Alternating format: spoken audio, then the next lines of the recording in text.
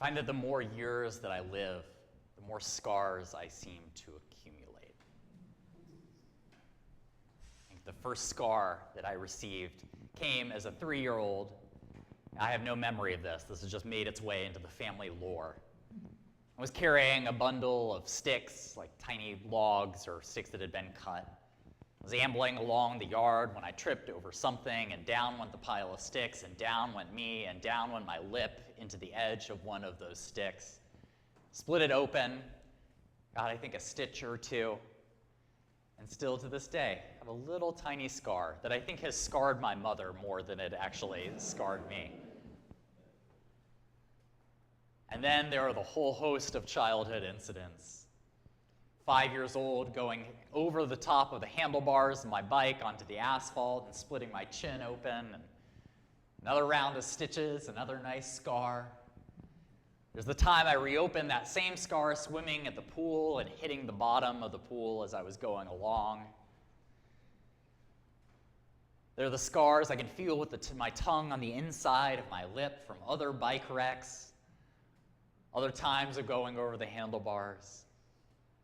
There's the mark on my left arm from the time that a couple friends and I thought that sword fighting with fluorescent light bulbs was a great idea.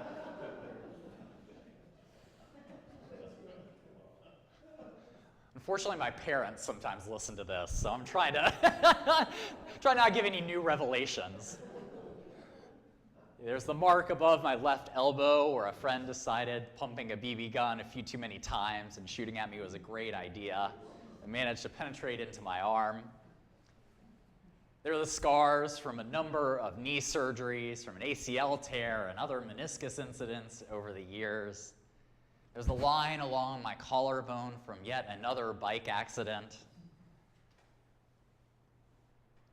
There are countless places where I have scraped up, torn open my skin, trail running, slipping while hiking, cutting things in the kitchen, and the knife slips a little bit. Here, to be a person in this world, to be a human in a human body, means acquiring scars over time. It's a part of all of our lives. And each of those marks, both the marks that I remember the story of how I got it and the marks that I have no idea where they came from or when, each of them tell a story of life unfolding. A story of both maybe bad decisions, or stories of things that just simply happen. But they're a part of me. I bear the marks of those moments, those times, those stories that I have lived. Our gospel today has a lot to do with scars, or wounds, depending on how you translate it and what exactly you think Jesus is saying. But I think the translation of scars is an apt one. We meet the disciples on the evening after the resurrection. This is the evening after, in John's gospel, Mary Magdalene has shown up to the tomb to find it empty. And then someone appears to her who she thinks is the gardener, but who reveals himself to be Jesus. And she runs back to the disciples and tells them what she's experienced, but they have yet to see Jesus. And they're gathered in fear in this locked room, afraid that they might face the fate that Jesus himself did, of persecution and even death at the hands of the Jewish and Roman authorities. And as they are gathered there in fear, all of a sudden Jesus appears among them. He comes among them and says to them first, "Peace be with you." And then he holds out his hands. He shows them the scars. He points to the wound or the scar on his side. And it is in that moment, it's that moment of seeing the marks on his hand and the mark on his side, that they recognize who he is. Once they see the scars, we are told they greatly rejoice, for Jesus is among them. They recount this whole saga to Thomas, who happened to be the one guy who missed out on the party, who happened to be out running some errands, whatever he was doing. And he says to them, "I can't believe it until I see the marks in his hands and put my finger in his side." A week goes by, and once again the disciples, this time with Thomas, are gathered in that same closed room. Jesus appears among them again. "Peace be with you," he says, and approaches Thomas and says to him, "Here, Thomas, see the marks in my hands. Put your finger on them, and put your hand in the wound in my side." And in that moment of revealing his scars to Thomas, Thomas simply says, "My Lord and my God." It is the sight of those scars that is the moment of recognition for Thomas, the moment of seeing Jesus for who he is, this resurrected Christ in his midst. I think what's important in both of these scenes, both of these times of Jesus revealing himself, is that the disciples they kind of withhold their judgment. They don't jump to excitement. They aren't sure it's him until they see the scars.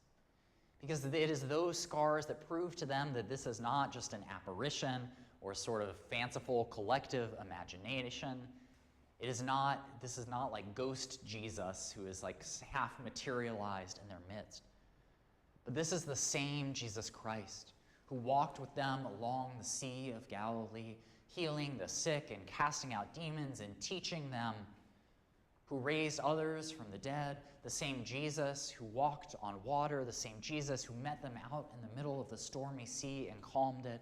This is the same Jesus who journeyed with them to Jerusalem, who faced persecution at the hands of the Jewish and Roman authorities. This is the same Jesus who was beaten and humiliated, and the same Jesus who was finally strung up on a cross and left to die. That same Jesus who endured all of that, who suffered all of that, who continually gave himself for his disciples, for his friends, for the whole of the world, that is the same Jesus who has appeared before them. The marks of his wounds still on his hands, the scar on his side still fresh.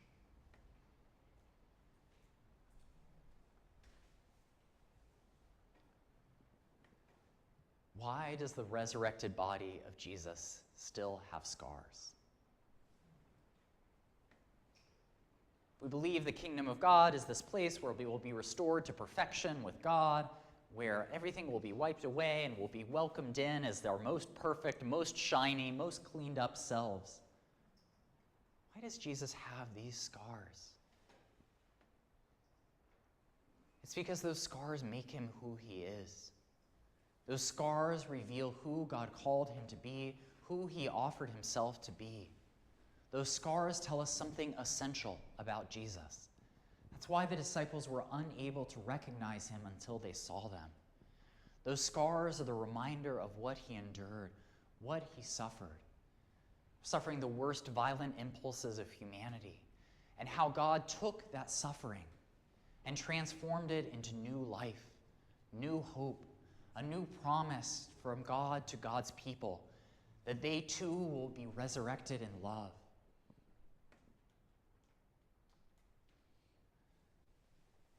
The resurrection isn't about erasing the past.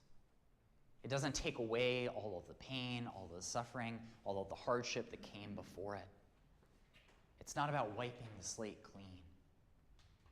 The resurrection is about transformation. It's about transforming those wounds on Jesus' hand and side into new life of God. It's about transforming those wounds into enduring signs of God's glory. That what God has in store for us is not the sort of violent end that Jesus meets. It's not the judgment and blame and recrimination that humans heap upon each other, but is a place in God's eternal kingdom of love. A kingdom in which all of our scars will be transformed into God's glory. We all carry scars with us. Carrying physical scars is part of being a human in a human body. We all accumulate those marks that come with time and experience, that come with mistakes and accidents. And we also carry other scars with us. Scars that don't show up on the surface. The scars of things that we regret, those things which we have done, which we ought not to have done, those things which we ought to have done, which we did not do. We carry the scars of loss, the scars left by the deaths of people close to us, the scars left by shattered and broken relationships. We carry the scars of trauma, of things that were done to us, whether they were unspeakable things or just the hurts that are part of being a human in relationship with other human beings. We carry them all with us. And in so many ways, they shape and make up our lives. We are all who we are in part because of our scars, and sometimes in part because of our open wounds. And what this account of the disciples meeting the risen Christ and looking at his scars tells us, or offers us, is hope that all of those scars, the ones that are present on the surface and the ones that are unseen, that God seeks to heal, to redeem, to restore, to renew, to breathe new life in and through all of those scars. That those scars are the places where God's love is at work in our lives, where we need God's healing the most, where God is seeking to transform us in and through God's love. In his book, City of God, St. Augustine, the 4th century saint, spent an entire section or paragraph musing on whether when you get to heaven, the martyrs, those people who gave their life for their faith, would still have the marks of their martyrdom. And he kind of goes through reflecting on different martyrs who he's known about, who have been stabbed or decapitated or have been wounded in various painful and very 4th century kinds of ways. And he says, ultimately, we don't know. But I can tell in myself that I have this hope and this desire to look on the wounds of the martyrs, to see the marks left by the violence of other human beings, the marks that are a sign of their steadfastness in faith, to see the marks that are the signs of the glory of God within them. These places where God has transformed their wounds into proof, into evidence, into a witness to the all-enduring, all-encompassing, all-transforming love of God.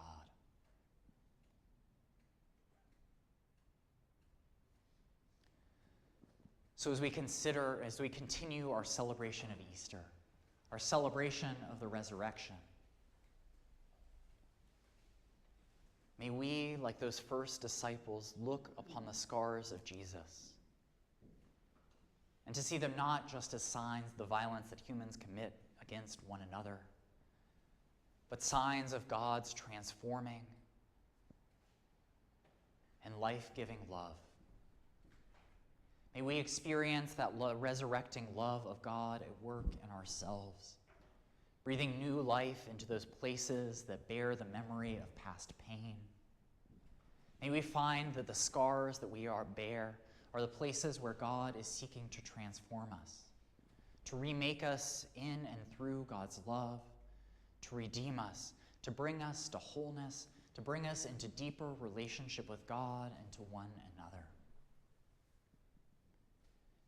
And so may we, with those first disciples,